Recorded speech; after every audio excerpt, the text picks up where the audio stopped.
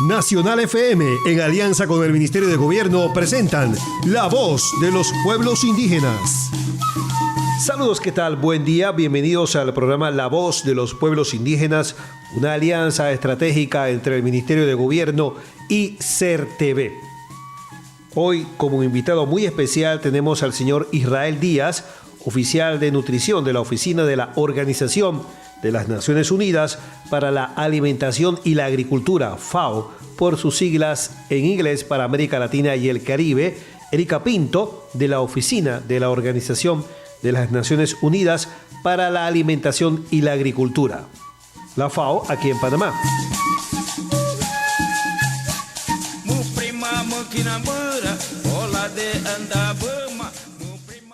A nombre del Ministerio de Gobierno le damos la más cordial bienvenida a este su programa La Voz de los Pueblos Indígenas, el cual tiene como finalidad abrir un espacio de comunicación entre los pueblos indígenas y el resto de la sociedad panameña en el marco de informar y socializar el proceso de implementación de la política social pública de los pueblos cristalizada en el Plan de Desarrollo Integral de los Pueblos Indígenas de Panamá, siendo los pueblos indígenas los principales actores y ejecutores de su política. En este programa agradecemos a la Dirección General de Carrera Administrativa por su apoyo en la realización de este programa. Nos complace presentarles a los invitados ya mencionados, al señor Israel Díaz, oficial de nutrición de la FAO, y a quien le preguntamos, díganos, ¿cuántos países conforman la FAO y por qué se elige el 16 de octubre como el Día Mundial de la Alimentación? Sí, quisiera antes de contestar resaltar el rol de la organización. La FAO es la Organización de Naciones Unidas encargada de los temas de la alimentación y la agricultura y está conformada por más de 143 países, países miembros como nosotros le denominamos, y se celebra el día 16 de octubre, el Día Mundial de la Alimentación, en conmemoración a su fundación en el año 1945. Cuando fue creada esta loable organización que vela por los temas de alimentación saludable, producción sostenible de alimentos, entre otros aspectos. La licenciada Erika nos va a comentar sobre las actividades que realiza la FAO y las oportunidades que brinda a las comunidades rurales. Sí, bueno, FAO definió un marco de programación país para trabajar y dar la asistencia técnica al gobierno de Panamá, el cual se firmó el año pasado y se definieron tres prioridades principales para la asistencia técnica al país. Una de ellas es el fortalecimiento institucional, que básicamente lo que se pretende aquí es mejorar la gestión del sector agropecuario, la eficacia de los programas de seguridad alimentaria y nutricional y la reducción de la pobreza con énfasis en el desarrollo de capacidades, análisis de políticas públicas y gestión e innovación institucional. La segunda área prioritaria está relacionada más con transformar el sector rural a través del desarrollo de sistemas agroalimentarios sostenibles, diversificación y aumento de la productividad. Y en esta área específicamente se contribuye a la sostenibilidad y competitividad. Asimismo, se fomentan sinergias de programas de agricultura familiar, alimentación escolar y desarrollo rural territorial, promoviendo el fortalecimiento de capacidades, el empleo rural y oportunidades también para jóvenes y mujeres rurales. Y por último, pero no menos importante, la tercera área prioritaria de asistencia al país es el impulso a la sostenibilidad ambiental y adaptación al cambio climático, a través del fortalecimiento de políticas agroambientales, la implementación de estrategias para el manejo sostenible de los recursos naturales. Y aquí hacemos énfasis a todos los recursos, desde agua, suelo, la parte de pesca, acuicultura y digamos, todo el recurso en general, incluyendo la parte forestal. Y bueno, básicamente aquí lo que se trata es también la gestión del riesgo y la mejora de la resiliencia al cambio climático por todos los efectos que se han hecho últimamente. Licenciado Israel Díaz, respecto al lema que tiene para este año, nuestras acciones con nuestro futuro, un mundo sin hambre para el 2030, hay que decirnos qué significa y también cómo va el indicador de niveles de subalimentación y los apoyos que brindan a las escuelas por medio del Meduca. El lema de este año del Día Mundial de la Alimentación da cuenta de la importancia que conlleva el cumplimiento del ODS 2. El ODS, o los Objetivos de Desarrollo Sostenibles, son los compromisos que nuestros países miembros adquirieron después de la medición de los Objetivos de Desarrollo del Milenio en el 2015. Y estos compromisos buscan la sostenibilidad tanto económica, la sostenibilidad ambiental, pero también buscan no dejar a nadie atrás. Sin embargo, las últimas mediciones del indicador de subalimentación dan cuenta de que el indicador ha ido creciendo. A pesar de que se han hecho innumerables esfuerzos, está aumentando el hambre. Por lo tanto, este año quisimos hacer un llamado de atención de que es posible todavía llegar a la meta al año 2030 de lograr un mundo sin hambre, y que cada una de nuestras acciones, ya sean colectivas o individuales, pueden contribuir a ese cumplimiento, a ese anhelo, ¿no? La subalimentación es un indicador FAO que mide la probabilidad de que una persona se encuentre en que no pueda consumir la cantidad suficiente de alimento. Este indicador pues cuantifica cuánta población de nuestro país, por ejemplo en el caso de Panamá, está en situación de subalimentación. Para nosotros en el país, 9.1% de la población está en esta condición, es decir, no alcanzarían a cubrir sus demandas energéticas. Eso equivale a más de 400.000 personas. ¿Qué quiere decir eso? Que probablemente 400.000 personas se acuestan diariamente sin llevar un bocado a la mesa, sin comer algo, sin cubrir sus demandas nutricionales, y eso es un problema serio. Bueno, el indicador de subalimentación es una estimación que realiza la FAO que es el indicador para el cumplimiento de la meta del ODS número 2. Sin embargo, como bien menciona, pues hay otros indicadores que nos dicen cómo va avanzando el país, y de hecho otro de los indicadores es la inseguridad alimentaria, y allí se estima que una gran proporción del país también está en situación de inseguridad alimentaria, esa que se percibe en que no se está comiendo de manera suficiente, tanto en calidad como en cantidad. Otros indicadores son la desnutrición crónica infantil, el sobrepeso y la obesidad también como una cara de la malnutrición también, y como una cara del hambre. Y esta situación de sobrepeso y obesidad se ve reflejada incluso en los hogares más pobres, en donde reemplazan alimentos saludables por alimentos altamente calóricos, muy baratos, pero que no son para nada saludables. Y esa situación de malnutrición en general es lo que nosotros llamamos la doble y hasta triple carga de malnutrición. En un mismo hogar, un niño con desnutrición, una madre con sobrepeso, obesidad, un padre con alguna enfermedad relacionada a la mala alimentación, e incluso algún otro familiar o el mismo niño con deficiencia de micronutrientes.